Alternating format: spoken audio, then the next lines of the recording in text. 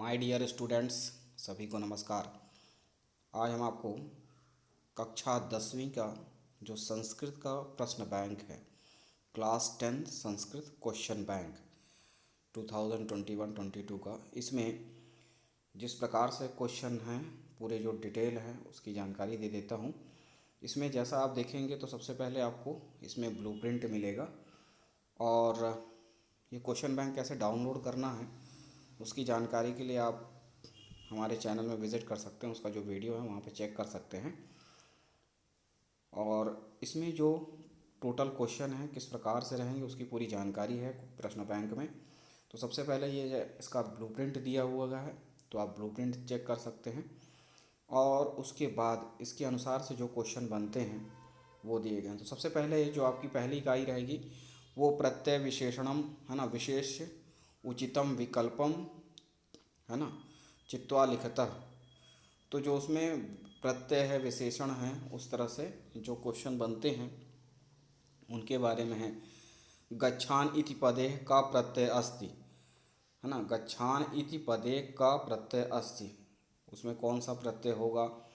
फिर उसके बाद पठनीय इतमें है ना, इतमेस्मिन् पदे प्रत्यय अस्ति, कौन सा उसमें प्रत्यय होगा। तो इसका जो है आंसर भी यहाँ पर लिखा हुआ है, ठीक है, तो आप चेक कर सकते हैं, है ना, श्रुत होता है।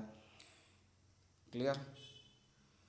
पलायनम शानम शावनम अस्मिन् पदे विशेष पदम किम, तो इसका आंसर होता है सवानम।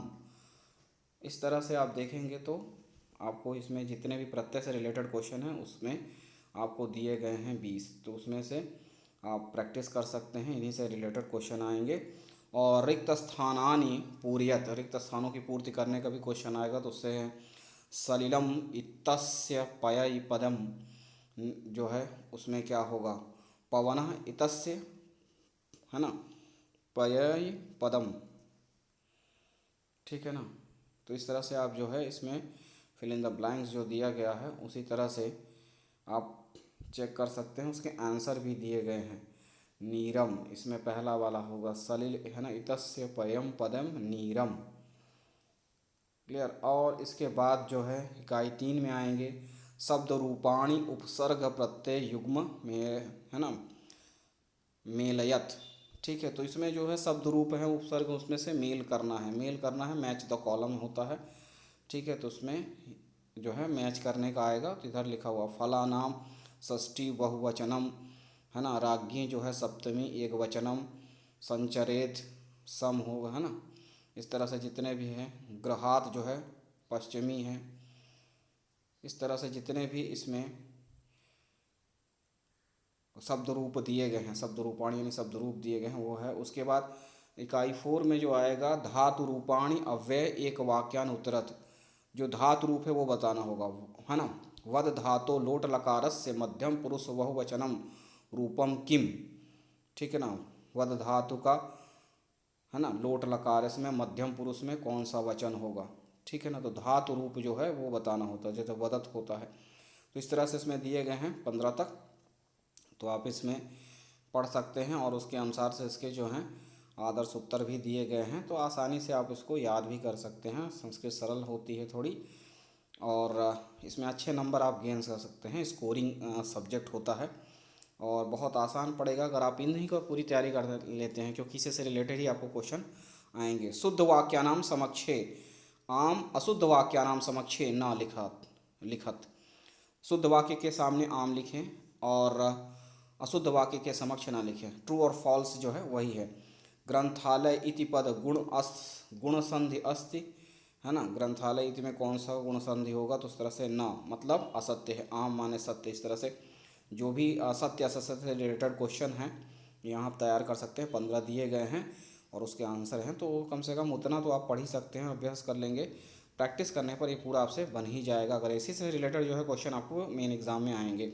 अधोलिखिता प्रश्नान उत्तराणि संस्कृत भाषायाम लिखत, ठीक है। जो भी क्वेश्चन दिए गए उनका जो उत्तर है वो संस्कृत भाषा में लिखना है।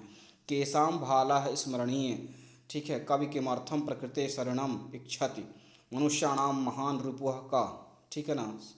मनुष्याणाम महान रिपुः का मतलब मनुष्य का सबसे महान शत्रु कौन है, आलस्य।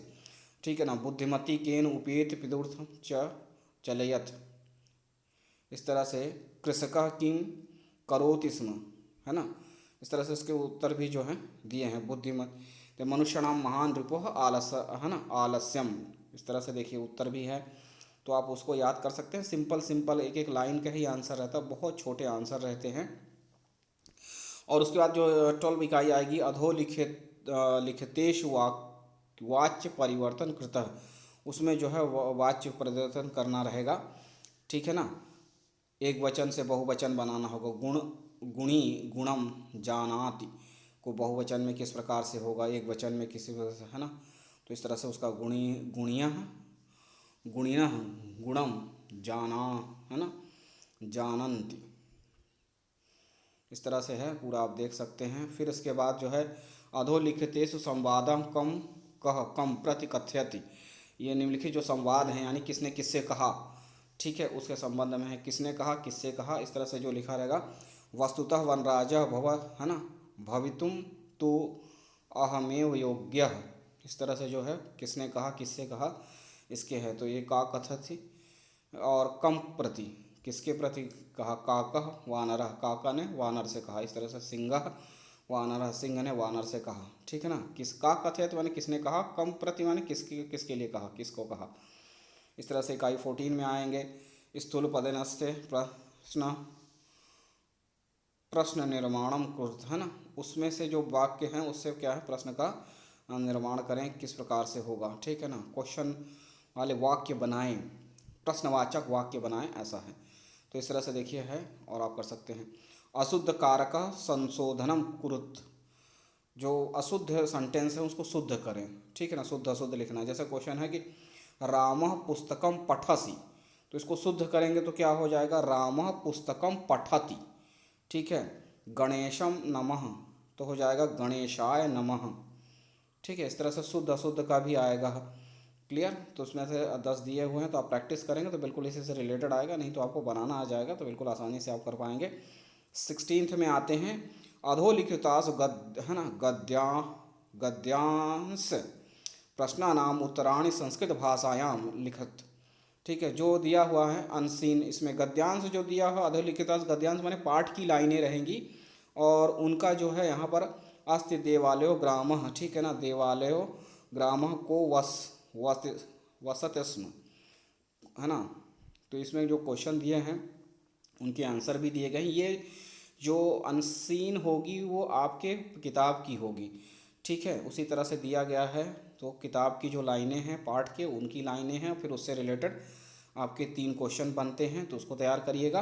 फिर उसी तरह से 17th जो इकाई होगी उसमें आएगा अधोलिखितेषु पद्या, है ना, पद्यांश प्रश्नानाम उत्तराणि संस्कृत भाषायाम लिखत, यानी जो पद्य है यानी जो श्लोक रहेगा, पहले तो पाठ की लाइनों वाला आएगा, उसको अनसीन करना होगा, 3 क्वेश्चन रहेंगे।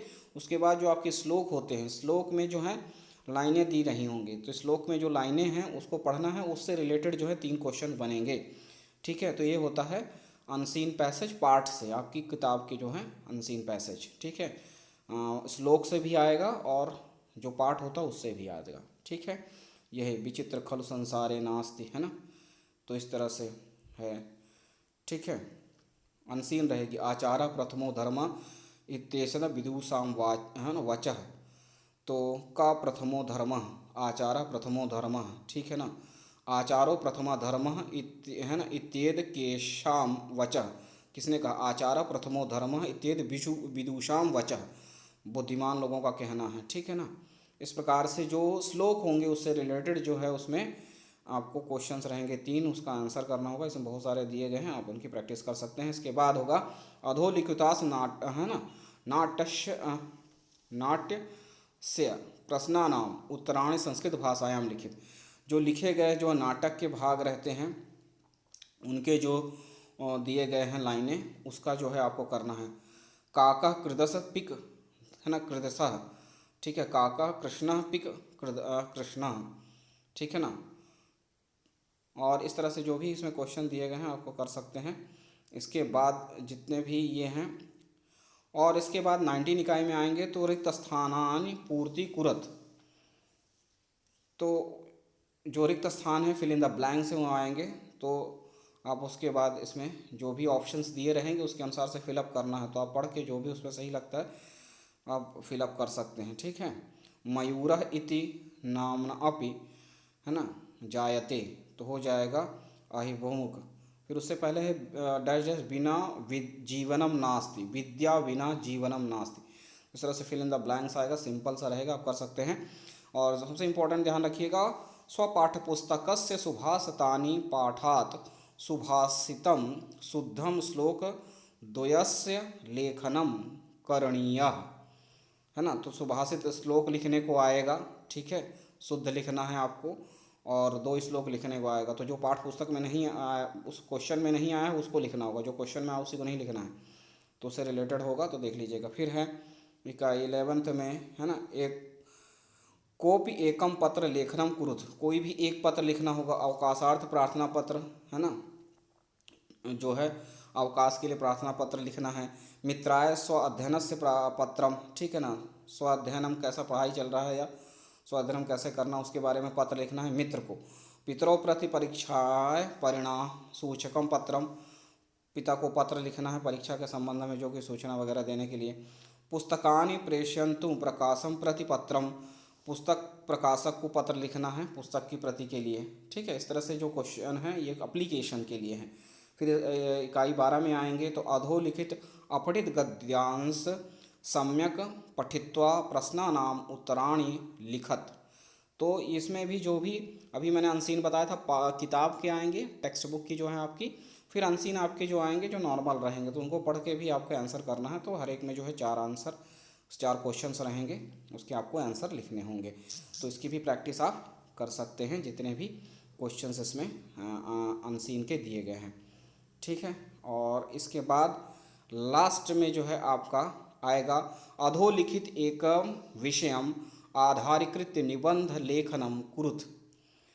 किसी में से एक विषय पर क्या है आपको निबंध लिखना है। महाकवि कालिदासः संस्कृत भाषायाः महत्वम अस्माकं देशः अनुशासनम पर्यावरणम।